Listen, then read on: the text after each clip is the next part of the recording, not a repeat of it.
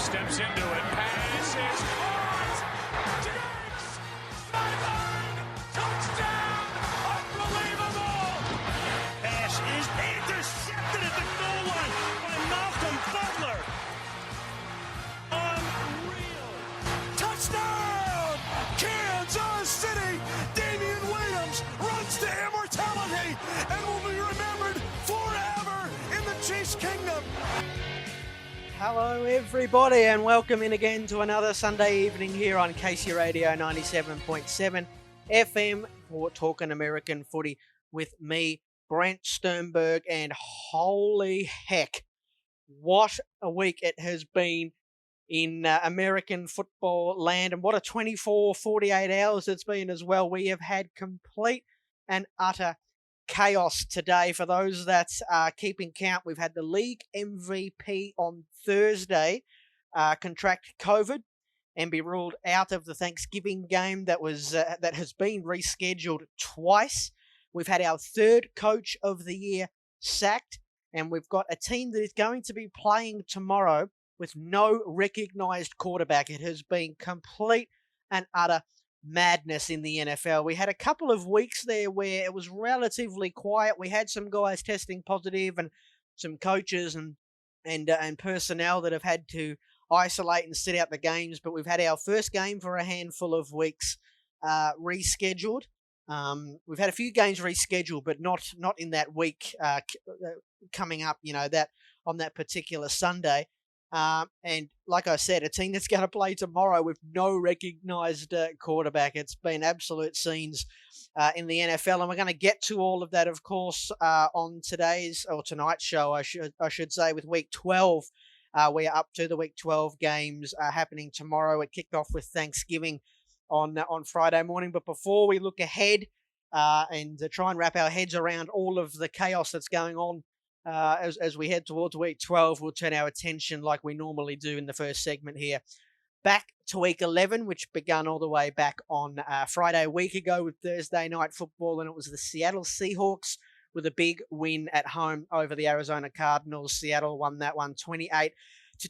It was a massive win for the Seahawks on Thursday night football. It took them back to the top of the NFC West for the time being before the LA Rams had a big win that week, or last week as well, which I'll get to in just a tick. Carlos Dunlap had a couple of big sacks in that one.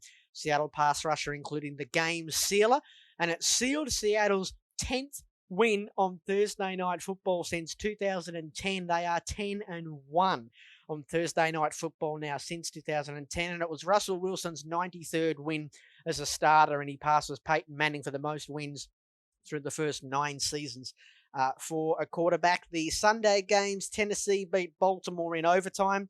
That was a big win there for the Titans, 30-24, and another big performance from Derrick Henry with a game-winning 29-yard rushing touchdown. He had 28 carries, 133 yards, and his only touchdown of the game was the winner in overtime. And it was a bitter pill to swallow for the Ravens, who had to watch the same team that ruined their season last year celebrate a walk-off scoring run by Derrick Henry, who broke their hearts last time they met. Baltimore, a bad week with positive tests, like I mentioned before, including the reigning MVP, Lamar Jackson. So they're in a bad state of affairs, the Ravens, and they're coming off a loss as well, 30-24 in overtime, like I said. Even worse for the Ravens is that the Pittsburgh Steelers keep on winning. They're 10-0. They're the first team to 10 wins this season after they beat Jacksonville 27-3. That one was in Jacksonville, and the Steelers made minced meat of the Jaguars, who are now on a 9-game losing streak. Jake Luton was 16 of 37, 151 yards and 4 interceptions. 2 interceptions each for Minka Fitzpatrick and Terrell Edmonds. So they feasted on the Jaguars rookie in that one. The Steelers, so a comfortable win there. I think most of us saw that one coming. Not many of us saw this one coming, though. Carolina beat Detroit 20-0. Detroit shut out for the first time since 2008, which was, of course, that infamous season where they didn't win a game. That was Matt Stafford's the first game that he's been shut out in his career, Matt Stafford. Carolina, that was their first shutout pitched since Week 14, 2015. Carolina, they played without Teddy Bridgewater, their quarterback, and Christian McCaffrey, their best player, and Detroit still couldn't get a win. Incredible. They had PJ Walker out of the XFL playing in at quarterback. He was 24 of 34, 258 yards, a touchdown, and 2 interceptions. And in a week where 3 other NFC North teams lost, Detroit really could have done with a win, and they couldn't muster anything. Nothing. They lost 20-0, Detroit. And of course, they played again on Thanksgiving, which I'll look at in the next segment, but they have sacked Matt Patricia, like I said in the opener. Cleveland beat Philadelphia 22-17. Cleveland's first win at home against the Eagles since 1988. Sione Takataki put the Browns on the board with a pick six early, and it was all one-way traffic from there. The first game this season that had 0 offensive points in the first half. The only points was that pick six from the Browns. Carson Wentz, 21 of 35, 235 yards, 2 touchdowns and 2 picks. So he keeps turning the ball over. Carson Wentz. Baker Mayfield, 12 of 22, 204 yards, no touchdowns, no interceptions. So not really a great outing there from either quarterback. Nick Chubb was good again, though. 20 carries for 114 yards. So another victory there for the Browns, who moved to 7-3. Houston beat New England 27-20. A lot of people thought that one was a bit of a surprise. New England, that's now the first time below 500 since the year 2000 at this point of the season. So an ordinary year for the Patriots. The Houston defense played its best game of the year, holding the third-ranked New England running game to just 86 yards. Deshaun Watson, who is having himself a season despite everything that's happening for the Texans, 28 of 37, 344 yards and 2 touchdowns, and had a rushing touchdown as well. So if ever there was a one-man team in this league, it is the Houston Texans. They don't really have much on their roster, but at least they know that they've got their franchise quarterback who orchestrated their third win of the season there for the Texans. New Orleans, with Taysom Hill in at quarterback, beat Atlanta 24-9. Taysom Hill, he's the scorebox there, the scorecard, I should say, for him. The box score is what I'm trying to say. 18 of 23. Taysom Hill, 233 yards. Didn't throw a touchdown, didn't throw an interception either, but 51 rushing yards and 2 rushing touchdowns. Pretty good performance for a debut start. The Saints defense is locked in as well. It's been that way for quite a while. Matt Ryan was sacked 8 times and intercepted twice. Michael Thomas for the Saints now, he has the most receptions in the first 5 seasons of a player's career in league history. So a good win there for the Saints, who didn't miss a beat with Drew Brees on the sideline. Washington, they got a win over Cincinnati 20-9. The story out of this one sucks, this for the Bengals. Joe Burrow, a torn ACL and a torn MCL for the number 1 overall pick. When I saw that news come through, I felt sick for Bengals fans. Some teams just cannot cop a break, can they? So he's done for the year, and Cincinnati are now 0-18-1 on the road in the last 19 games.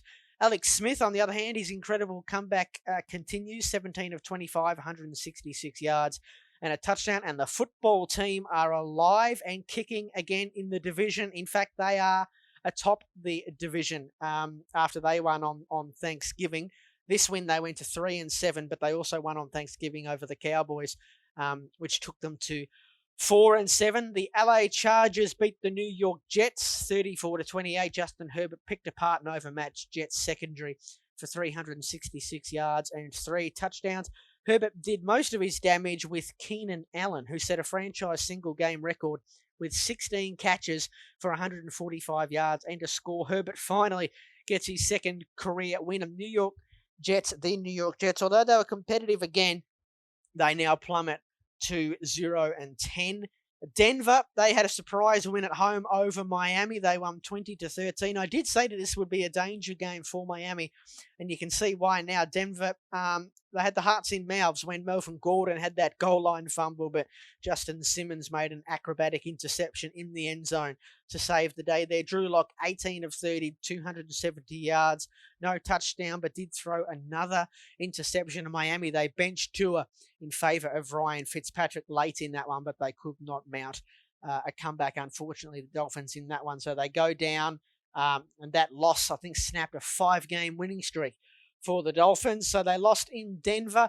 Dallas, they had a good win over the Minnesota Vikings, 31-28. Dalton Schultz, the tight end, a go-ahead 2-yard touchdown with 1:37 remaining. Andy Dalton returned after a 2-game absence, which was one from a concussion and the other one he ended up on the COVID-19 list, you may remember, and he threw 3 touchdowns, and Zeke Elliott finally delivered his first 100-yard game on the ground this season. Minnesota, they had a huge day from Adam Thielen and Justin Jefferson, and Kirk Cousins played quite well as well, and they threw it all away. They lost at home to a Cowboys team that really the Vikings, they had no right losing to. So a disappointing one there. 31-28 winners, the Cowboys. Indianapolis, big win for them in overtime, 34-31 over the Packers. Rookie kicker Rodrigo Blankenship hit a game winner from 39 yards in overtime, a game that Indy trailed at halftime by 14 points, but stormed home in the second half, and then, of course, in the extra period as well. Julian Blackmon, the rookie safety there out of Utah, the expert strip of Marquez Valdez-Scantling that sent up Blankenship's game-winning kick. So a monster victory there for the Colts, who now have 2 really good wins in a row. On Sunday Night Football, this was a good one. Kansas City beat the Raiders 35-17. With 1:43 to play, Mahomes took over and calmly marched the Chiefs down the field 75 yards on just 7 plays, culminating with a touchdown strike to Travis Kelce in the end zone there. Derek Carr played quite well himself, 23 of 31, 275 yards, 3 touchdowns and a pick. They lost no admirers in this one. The Raiders and Kansas City keep on winning in the division. They're 30-4 now against divisional opponents since 2015. And Monday Night Football, another good win here, this time for the Rams over the Bucks, 27-24. The LA Rams, Cooper Kupp and Robert Woods had 11 plus catches and 130 plus yards between them in this one, and Jared Goff on the night went 39 of 51, 376 yards, 3 touchdowns and 2 interceptions. Tom Brady was intercepted twice by Jordan Fuller, including the game clincher with less than 2 minutes to play. A lot of people like the fact that Jordan Fuller, he was picked with the 199th selection in the draft earlier this year. Of course, that was the pick that the New England Patriots used to select Tom Brady all those years ago, so a nice little bit of symmetry there, and a good win on the road on Monday Night Football for the Rams. The biggest winner for me last week in Week 11 was the Tennessee Titans. That was a massive win for them, and by virtue of that win, they are now in the playoff picture as things currently stand, and that win over Baltimore dumped Baltimore from the playoff picture, like I say, as things currently sit. And it was a game that they trailed 21-10, Tennessee. Baltimore looked like they were cruising, and then Derrick Henry said, not on my watch, and got rumbling in that last quarter. So a massive win for Tennessee. And the biggest loser for me in Week 11 was Minnesota. I've been saying the last couple of weeks that here they go, the Vikings, they can get on a run here and start to get a few wins on the bounce, and then they lose at home to a Cowboys team that has been pretty awful. It has to be said this season, particularly since Dak Prescott went down, and they had a massive performance from Adam Thielen. Justin Jefferson was good as well, like I said, and they still couldn't get the win. So really poor loss there for the Vikings. The teams on the bye this week, or last week I should say, were Chicago, San Francisco, the New York Giants, and the Buffalo Bills. All of those teams will return for Week 12, and I'm going to turn my attention and have a look at a chaotic Week 12 when we return for Talking American Footy with me, Brent Sternberg, on KC Radio 97.7 FM. Back soon.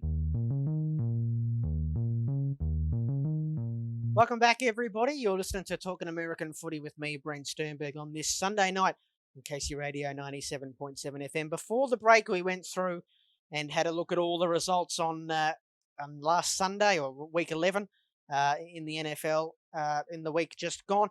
Just a little bit of housekeeping. The Raiders and Chiefs game, I think I said the Chiefs won that one 35-17. I read out the wrong score from the wrong game. Apologies. They, of course, won 35-31 on the road to the Raiders. And like I said, it was a pretty good performance from the Raiders. And I didn't lose any admirers, but I certainly have after reading the wrong score. So sorry, Raiders fans. It was much closer than that. I apologise. Don't come at me on Twitter for saying that your team got smashed when they didn't. They gave a tremendous account of themselves, and they are certainly well and truly still within the playoff mix. Let's turn our attention now. Let's move on from that as quickly as we can, please, to Week 12, which, of course, there's been a lot of stuff happen over the past 2 or 3 days, but it did begin Week 12 with the traditional Thanksgiving Thursday night football It is tradition. We normally have 3 games on Thanksgiving. We didn't get 3 games on Friday, with the scheduled Baltimore-Pittsburgh game being postponed, like I alluded to before the break, after Lamar Jackson tested positive. But we had a couple of games, regardless, the early game and the middle afternoon game, I suppose. The early game, Houston were far too strong for Detroit. They had a win there. They moved to 4-7 after defeating Detroit 41-25. Detroit now moved to 4-7, and Deshaun Watson was really good again. 17 of 25, 318 yards and 4 touchdowns. I mentioned before the break that if there's ever been a one-man team in this league, it is Deshaun Watson. He's got Will Fuller, who's having a really good year. He's been injured a lot through his first 4 years, I think, in the league. This is his 5th year out of Notre Dame, Will Fuller, and he had another good afternoon on Friday. 6 catches, 171 yards, and 2 touchdowns. And J.J. Watt as well had a pick 6 that got the party started there for Houston. But Deshaun Watson, it's actually a really interesting matchup here with Houston and Detroit. Detroit are a team who have had their quarterback for a long time, but they haven't really been able to, find the sort of right coaching regime and get a general manager in that's been able to find an identity for this team. And they've seemed to be, Detroit, a team that has been, on the brink and only 1 or 2 players away, but they just couldn't, they just can't, seem to find the missing link or whatever. And of course, now they've sacked their coach, and we'll see what happens there. But Houston are almost the opposite. They have their quarterback and nothing else. Often you'll see teams that have a lot in place, but they don't have the quarterback, and they try and fool themselves into thinking that they've got a guy that can take them to the promised land who can't. Really, they've got the guy that can take them there, Houston, and now they've just got to actually start to surround him with talent. For Detroit, that was their 4th straight loss on Thanksgiving, and of course that's the back of Matt Patricia. He's gone, and the general manager Bob Quinn is done as well. The offensive coordinator Darrell Bevel will take over for the rest of the season. And the other game there on Thanksgiving, Washington, a big win over Dallas, 41-16. They go now, Washington, to 4-7 and to a top of the NFC East. It was a rout on Thanksgiving for the football team. Rookie running back Antonio Gibson, had the most rushing touchdowns, that being 3, on Thanksgiving since 1948. So a great performance there.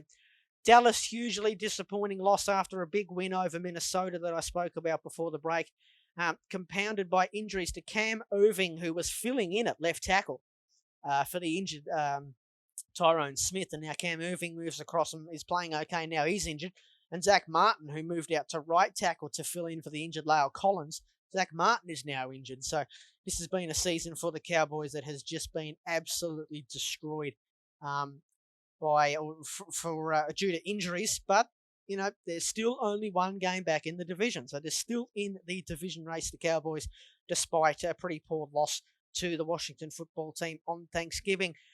To the games tomorrow, 5 a.m., Miami and the New York Jets, a battle in the AFC East. Miami, who are 6-4 and coming off a disappointing loss on the road to Denver.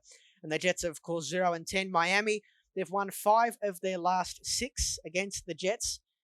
Brian Flores, who's having a pretty good early career as a head coach in Miami, he yanked the ineffective Tua Tagovailoa in the 4th quarter last week in favour of Ryan Fitzpatrick. Tua did get crumpled up in a tackle, though, shortly before he was benched. So maybe there's a little bit more of that, more so than just dumping him because he wasn't playing well, although the facts remain he was not playing well. Tua, it looks like Ryan Fitzpatrick as well is going to play again tomorrow in place of Tua. Miami, they have a plus 71 point differential in the first half this year, which is the most in the NFL, so they are getting off to good starts in games. The Jets, they look like they're going to become the 3rd team in NFL history to lose out over a 16-game season, don't they? They're the 4th team, actually, in 5 years, to start 0-10. The previous 3 all ended up with pick 1. And I don't think we expect that to change. I'm certain that the Jets are going to have pick 1 when the draft rolls around in April. It's really the only question now is, can they win a game? I'm not sure that they will. They don't look like a team that is capable of doing that. This one is in New York. I expect the Miami Dolphins to get back on winning ways and win game number 7 and send the Jets to 0-11. Arizona at New England, 6-4. The Cardinals, 4-6. The Patriots have not missed the postseason since 2008, but that streak obviously is now in serious peril after Sunday's disappointing 27-20 loss to the Texans. New England, 4 of their last 6 losses have come by 1 possession, so they're playing close games. For the Cardinals, Kyler Murray has a sprained AC joint, an issue that he dealt with, of course, on Thursday Night Football a couple of weeks back. That's not expected to keep him out of action tomorrow, though. And another crazy stat on Kyler Murray, he's the only player in the league with 2 or more touchdowns in every game this season. So he's having a tremendous sophomore season. Of course, the offensive rookie of the year last year. The Arizona defense are allowing 28 or more points a game in 4 straight games. So there is a chance here for the Patriots and Cam Newton to get back to winning ways, hopefully. For them, I don't think that will happen. I think Arizona will go on the road and beat the Patriots. Carolina at Minnesota is the next one. Minnesota have won 2 of the last 3 against the Panthers. Andy Dalton, he had no issues finding open receivers against the Minnesota defense, while the run defense for the Vikings allowed the Cowboys to pile up 180 yards on the ground. And I mentioned Adam Thielen had a big game last week, 8 catches, 123 yards and 2 touchdowns, but he was put on the COVID list, I think the very next day. But it looks like he'll be sweet to play. Carolina without their best player, Christian McCaffrey, with a shoulder, and starting quarterback Teddy Bridgewater with his knee, still shut out Detroit. I mentioned that before the break. That was crazy. Carolina 4-7. They're at the Vikings in this one, 4-6. Really tricky one to pick. I'm going to say Minnesota at home, but this is certainly a 50-50 ball game. Cleveland at Jacksonville is the next one. Cleveland, they've allowed 13.3 points per game since week 8, which is the fewest. So this defense is stopping teams. The Steelers, though, their top-ranked pass rush, that presented a doomsday scenario for rookie quarterback Jake Luton, who I mentioned threw 4 interceptions last week. Each one was just worse than the previous one. It was a pretty poor outing from Jake Luton. The Browns are off to their best start through 10 games since 1994, and they beat the Eagles on Sunday without their most important player, who is Myles Garrett. They've made the playoffs, the Browns, the last 5 times that they've started 7-3. 1979 was the last time that they missed the playoffs after they started 7-3. So history is on their side. The Browns, they have scored, though, only 2 offensive touchdowns in the past 3 games. But, of course, they've had some pretty awful weather in those games. For Jacksonville, guess who's starting at quarterback? Mike Glennon. Remember him? Remember when he signed, I think, for the Bears a couple of off seasons ago before they drafted Trubisky, and everyone's like, "Oh yeah, he can be a good guy." No, he's going to start for Jacksonville tomorrow, and I think Cleveland will get a win here on the road. This is a big one up next. Tennessee at Indianapolis, both 7-3, and this one is for the right to go atop the division outright. Derrick Henry, he gained 96 of his 133 yards last week after halftime, including that 29-yard walk-off touchdown in a 30-24 victory over the Ravens. And A.J. Brown, wide receiver, he ran through 4 would-be Ravens tacklers on a 14-yard touchdown reception that put Tennessee ahead late in that one, so he would not be denied A.J. Brown. After the game, Ravens coach John Harbaugh appeared to refuse a handshake from Mike Vrabel, so that was an interesting little moment there.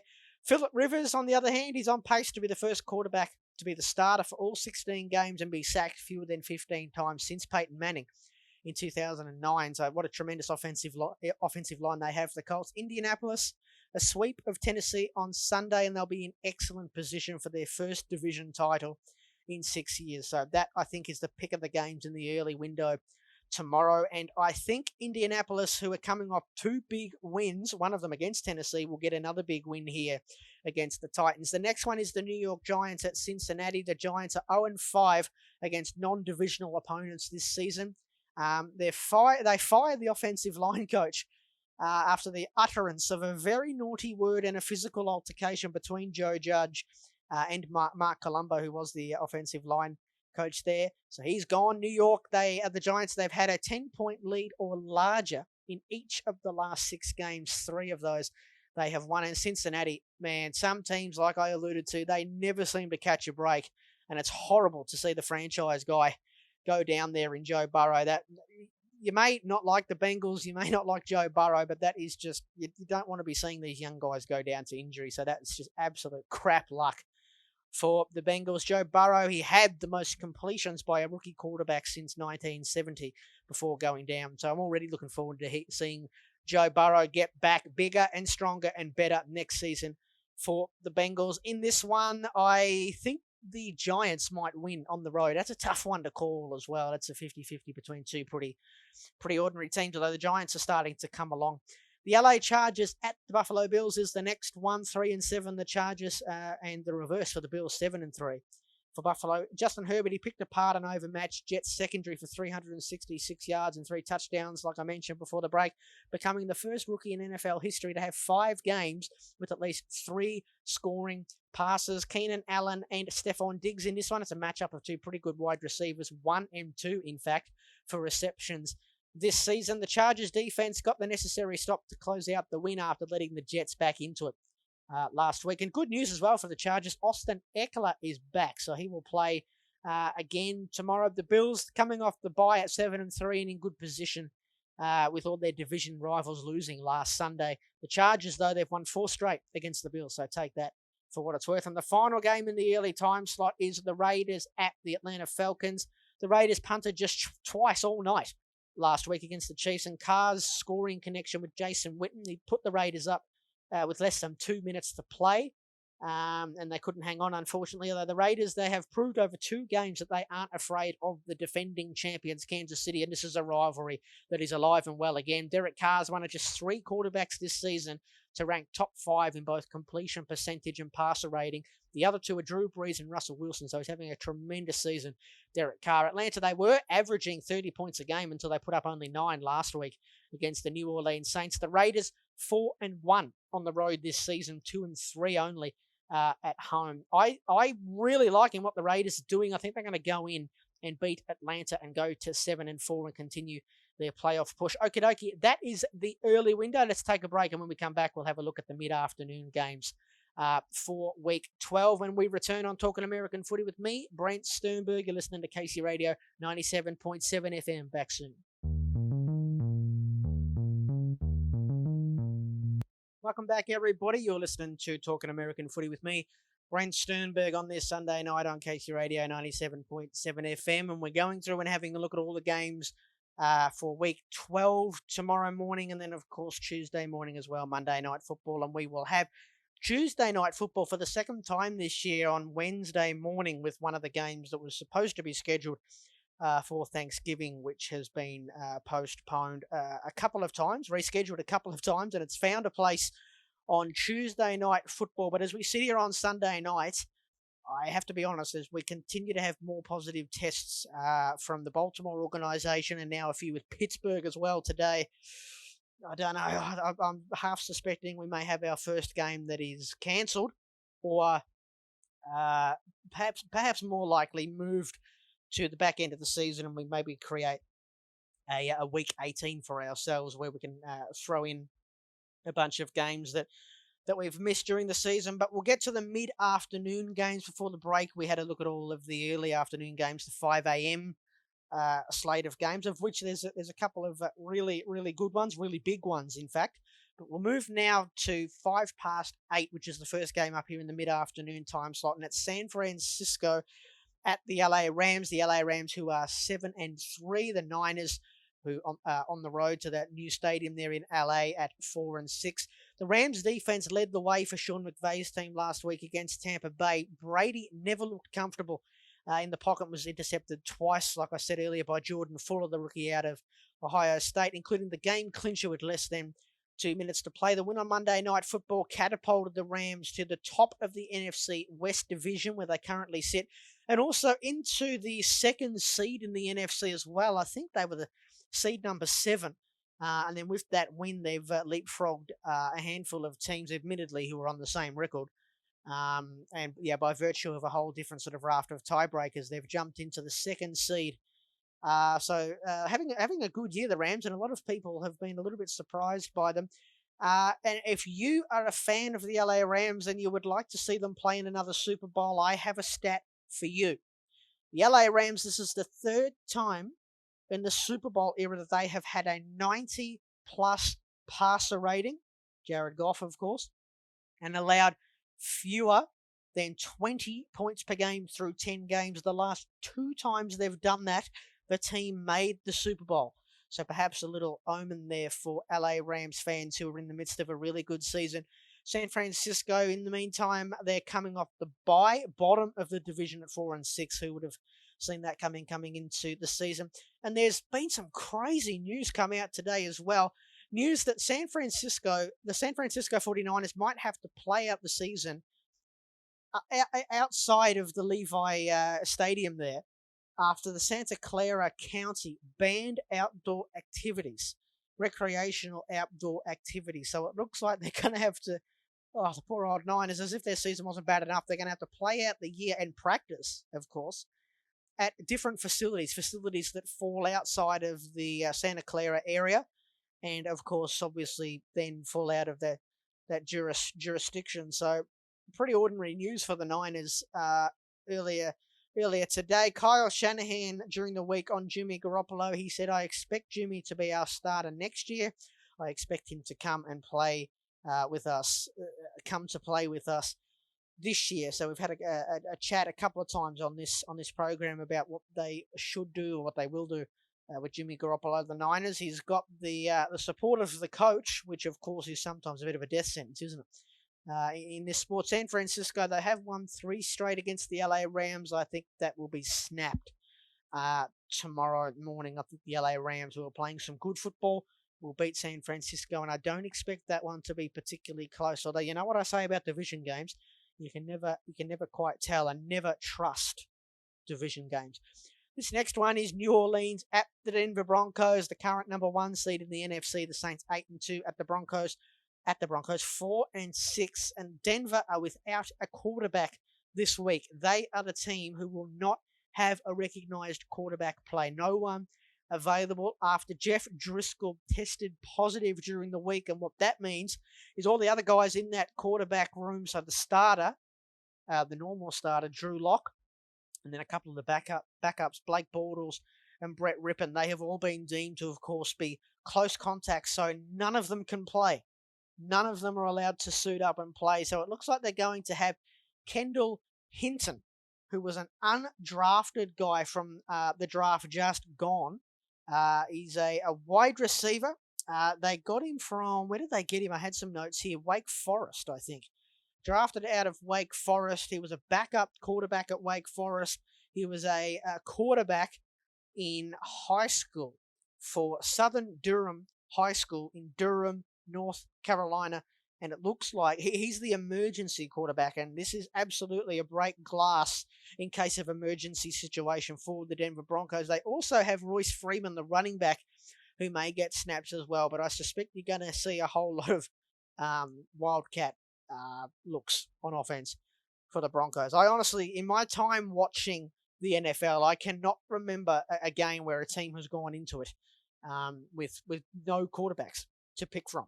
Crazy. Only 2020 would that happen in.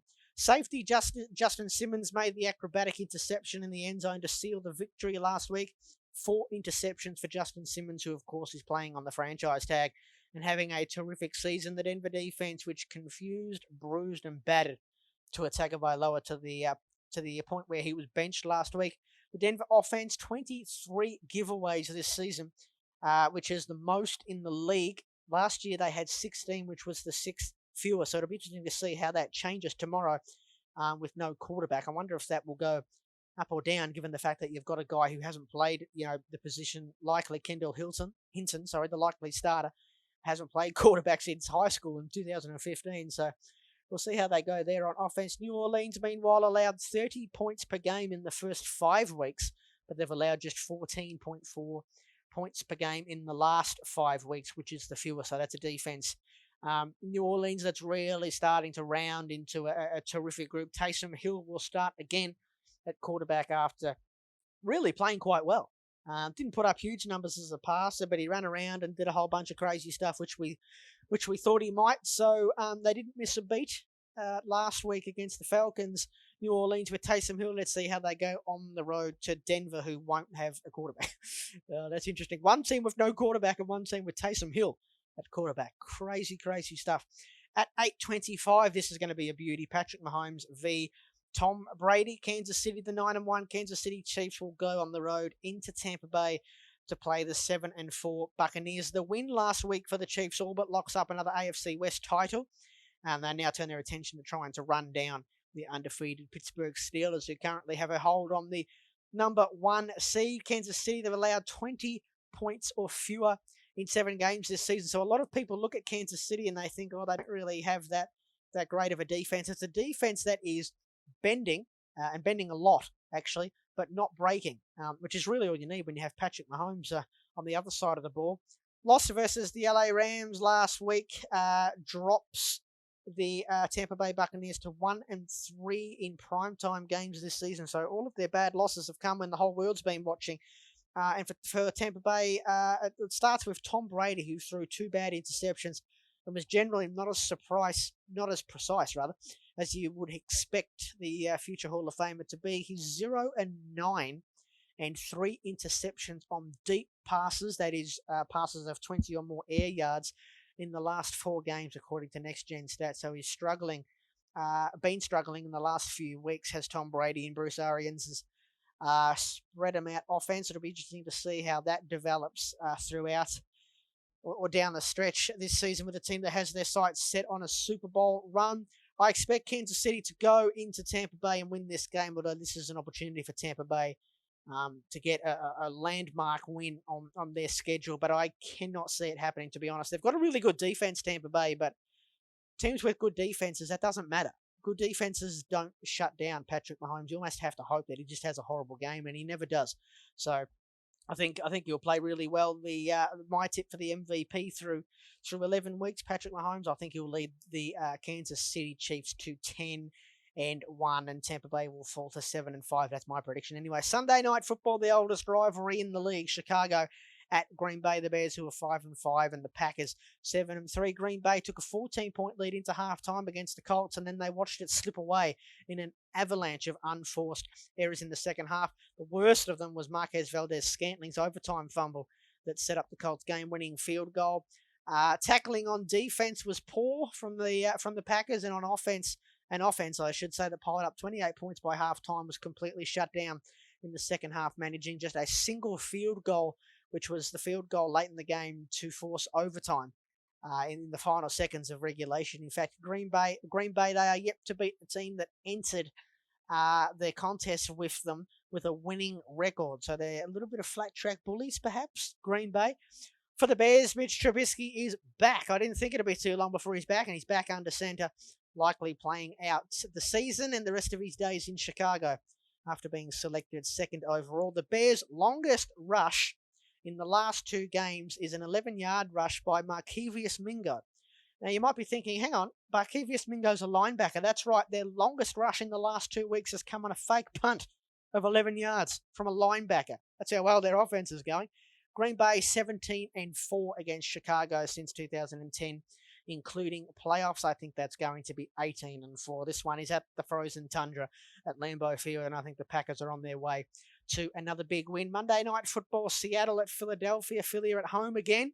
And with each passing week, the rumblings about possibly benching Carson Wentz, they grow louder and louder, don't they? Wentz is at every opportunity to succeed, or will be given every opportunity to succeed after they inked him to a 4-year extension worth up to $166 million in June last year. And then Seattle, Carlos Dunlap has been a great pickup at the trade deadline. He now has 3.5 sacks, 7 quarterback hits, and 5 tackles for a loss in 3 games since coming to Seattle. He's essentially filled the void left by Jadeveon Clowney, who managed only 3 sacks in 13 games last year with Seattle. And Chris Carson is back as well for the Seahawks, so that's huge for them. Next 4 opponents for Seattle are all under 500. They've got Philadelphia tomorrow, the day after on Monday Night Football. Then the Giants and the Jets both come to Seattle, and then they're out to play Washington on the East Coast, so they can bank some wins here. Seattle, they're 2-3 on the road this season, 5-0 at home, which is a bit of a reverse of last year where they couldn't get a win at home, and I think they were undefeated in the end on the road until they lost to the Packers. In the playoffs, this is at Philly, I should say, in the city of brotherly love.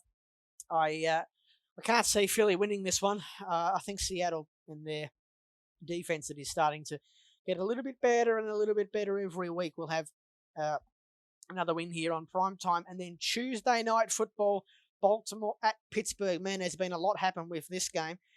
Lamar Jackson, he was among 5 Ravens placed on the reserve COVID list on Friday. But since then, during the entire week all up, 18 Baltimore Ravens employees have been put on the COVID list this week. The game was rescheduled. It was rescheduled originally to, I think, 5 o'clock on Sunday, and now it's been moved to Tuesday night football. And this game being rescheduled also means that the Week 13 contest between the Ravens and the Cowboys, which was originally slated for Thursday night, the next Thursday night game, will be moved to Monday. Lamar Jackson, he will not be the starter for the first time since becoming the starter in Week 11, 2018, not including the games where he's been rested. For the Steelers, the players are unhappy on social media. It's the second game this year that's been mucked around due to opponents having a COVID outbreak after the Tennessee debacle earlier in the year. But they did have James Conner test positive earlier today, as well as a couple of line coaches as well, so they're not immune. This is a big game for Baltimore, who currently sit outside of the playoff picture. Like I said, Pittsburgh, they're allowing 17.4 points per game this season, which is the fewest. Looks like we're going to get a bit of RG3 action. Remember him? Offensive Rookie of the Year, I think, from 2012. He will start. For the Ravens, after everything that's happened, I cannot see Baltimore knocking off the undefeated Steelers at home. So I think Pittsburgh will win and take a real stranglehold on the AFC North. Okie, that is the Week 12 slate. There's a lot happening for Week 12. We'll take our last break, and then when we come back, we'll tidy some things up and have a look at college football and answer your questions as well. You're listening to Talkin American Footy with me, Brent Sternberg, on KC Radio 97.7 FM. Back soon. Welcome back, everybody. You're listening to Talkin American Footy with me, Brent Sternberg, on this Sunday night on KC Radio 97.7 FM, where we've been going through and having a look at all the games for Week 12 tomorrow, and of course Tuesday and Wednesday as well, with Tuesday night football this week, with games being moved around. It is the first week back without buys. We don't have any buys this week, although we may have Pittsburgh and Baltimore, like I alluded to before the break, perhaps having a second bye week. There's still, there's 48 hours away, but there's still a lot of, more than 48 hours, sorry, but there's still a lot of water to go under that bridge. We'll turn our attention now and have a little look back at college football and what happened today. During the week was the first college football rankings which come out, and there was no surprises really. At the top, Alabama, who are 8-0 and having a terrific year. I suspect they're heading to another national championship. They come out ranked number 1. Notre Dame, 2. They're having another really good season, and they beat North Carolina yesterday, so they've gone to 9-0. Clemson were 3rd. They had Trevor Lawrence back today and had a big win. And Ohio State, 4th. They've only played 4 games, Ohio State, and they had their game today. They were set to play, if I can just refresh my memory, they had their game cancelled, which leaves them in a spot of bother. They were set to play Illinois, and that game has been cancelled. In the Big Ten, teams cannot qualify for the Big Ten championship game unless they have played 6 games.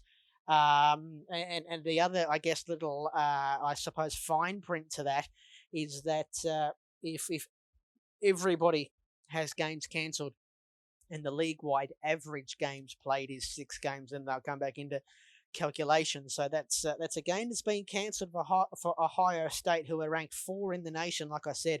So they wouldn't want any more of their games to be postponed or cancelled even. Because they are absolutely in with a shot at winning this thing, and it would be a shame to have their season sort of derailed because games have been cancelled or postponed. The other games that were postponed, Tulsa was set to play Houston. That game was postponed.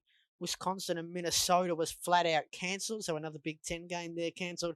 Cincinnati and Temple, Cincinnati, who were ranked 7th in the nation, their game was cancelled. Oklahoma and West Virginia was cancelled as well, so a game in the Big 12. But the games that did go ahead, we had a bunch on Friday. So Iowa State beat Texas. These were games on Saturday, rather. Iowa State beat Texas 23-20. That was a big win for the Cyclones. Iowa beat Nebraska 26-20. Iowa, who are ranked at the moment, 24.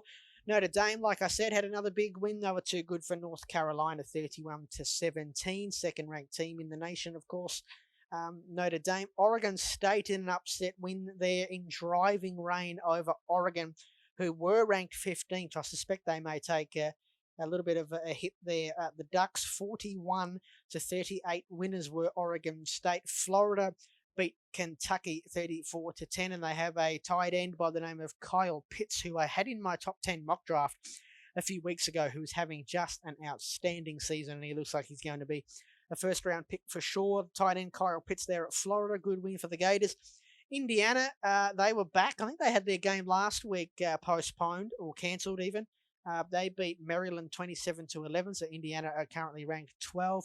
Oklahoma State were too good for Texas Tech. They won 50-44. Coastal Carolina, who are ranked, they had another win over Texas State, 49-14. This morning, Alabama beat Auburn. They were far too good for Auburn, 42-13. Auburn were ranked 22. So we'll see what happens there with the Tigers. Clemson with Trevor Lawrence back. They beat Pittsburgh 52-17. Northwestern, who were a top 10 ranked team, number 8 in the first college football rankings, they lost to Michigan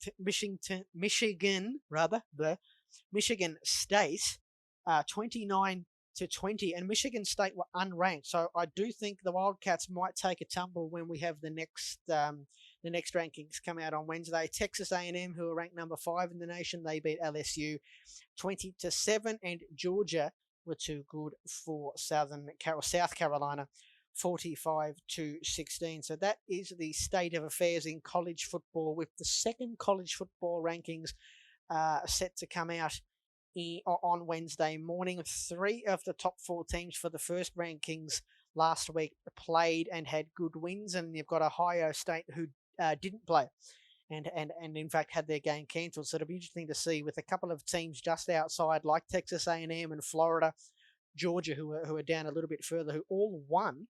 It'll be interesting to see what the committee do in terms of that. So interesting times for college football. Let's get to your questions now, gang, shall we? You can send through your questions every week to me on Twitter at theboylives_26 is where you can find me, or you can just tweet the page itself, Talkin American Footy, on Twitter or Facebook if you're more of a Facebook person. We've got a handful of questions today. The first one's from Jeremy, and he says, what should the Lions do moving forward in regards to quarterback Matthew Stafford?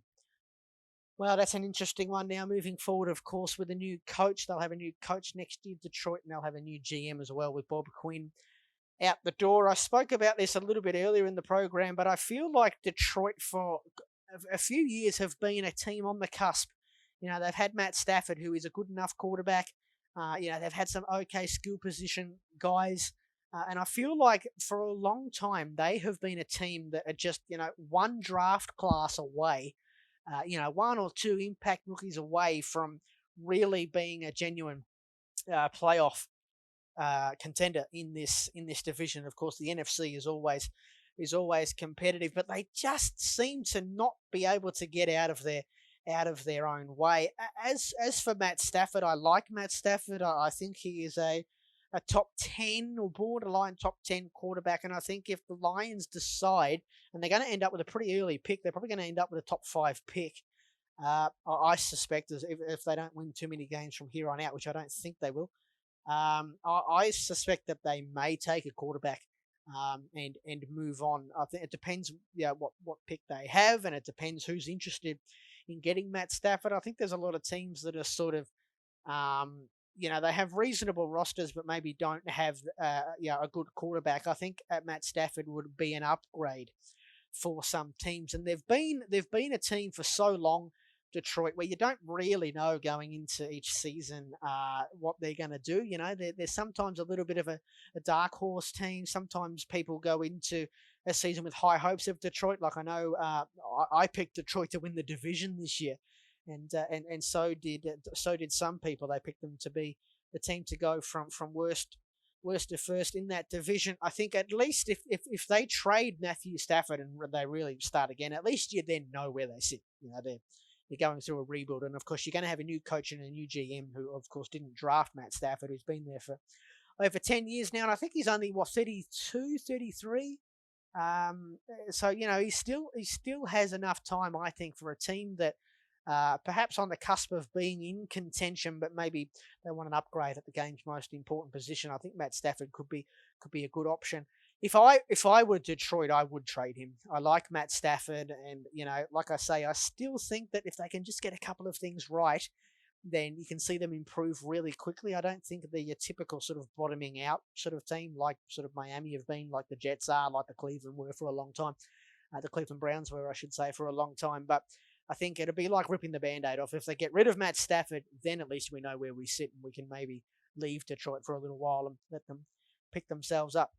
That's where I think Detroit sit moving forward with Matt Stafford. That's what I would do anyway. So that was Jeremy. This next question's from Wade. Who is best suited to knocking off the Chiefs in the AFC?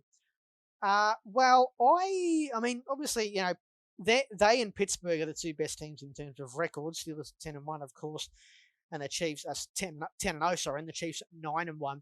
But I don't think the Steelers are the number one team that can knock off Kansas City, because I don't think they can go toe to toe Pittsburgh with Kansas City if Kansas City are firing on all cylinders. The team that I think can match it with the Chiefs, and I think the team that stands in the way of the Chiefs, is the team that they played last week, the Raiders.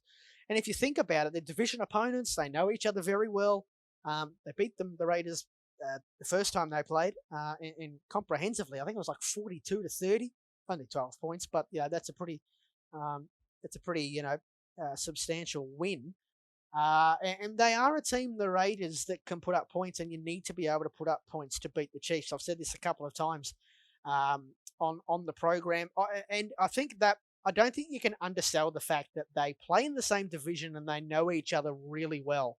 And I think if you asked people confidentially within the building there in Kansas City, who do they not want to play again, I think they would say the Raiders ahead of Pittsburgh, just because the Raiders sort of know them so well and they've played them tough twice this year and beaten them once, of course. So, of course, the Chiefs will say that they will play anyone anywhere, but I think the Raiders are the team that can get in the way of Kansas City. The next question, this one's from Bailey. Should Washington be favourites for the NFC East, and do you think they can win a playoff game? I think as the season wears on, they're looking the best. I mean, it's funny. You got Alex Smith, who's coming back off that horror broken leg, who I've praised a lot, and it's just incredible to see him back right here, right now. They have the most stable quarterback position, I think. And they've found a good running back in Antonio Gibson. Chase Young is having a really good year. It's a good defense. They have the best defense in that division right now, and they have the most stable quarterback position. So yeah, I think. I don't think we're going to see any of these teams, whoever wins the division, get to 8 or 9 wins. I think we're probably going to see a 7-9, 6-10, 7-9 winner of this division. But I think it's going to be Washington. I've flip-flopped a little bit with this division because I just can't pick it. But Washington are looking as good as any team at the moment. As for the fact about winning a playoff game, I'm not sure. They would be playing at home, but it's looking like that they would finish with seed number 4, and they would play, obviously, the 5th seed. Which will probably be, I think, the second team maybe in the NFC West, which could be somebody like the Rams or the Cardinals. I think of all the teams in the playoff picture at the moment, I couldn't see Washington beating any of the teams at the moment, even at home. And the final question: do you think this season's Super Bowl champion will have an asterisk next to it? I'm thinking that more and more, and I think when you're getting games where teams don't have a quarterback. And you've got, a team that can't play in their stadium because the local city have banned, the local county have banned outdoor activities. I'm starting to think that. I don't want to say it, but I am starting to think it. So, yeah, they were your questions this week, folks. Thank you very much for them. Quickly, before I head off, the games tomorrow, Indianapolis and Tennessee on 7 Mate at 5 a.m. on ESPN at the same time, New England and Arizona. Then the mid-afternoon games, we have the Niners and the LA Rams. 8 a.m. from 7 Mate, we have the Bucks and the Chiefs in what should be a good one, 8:30 on ESPN.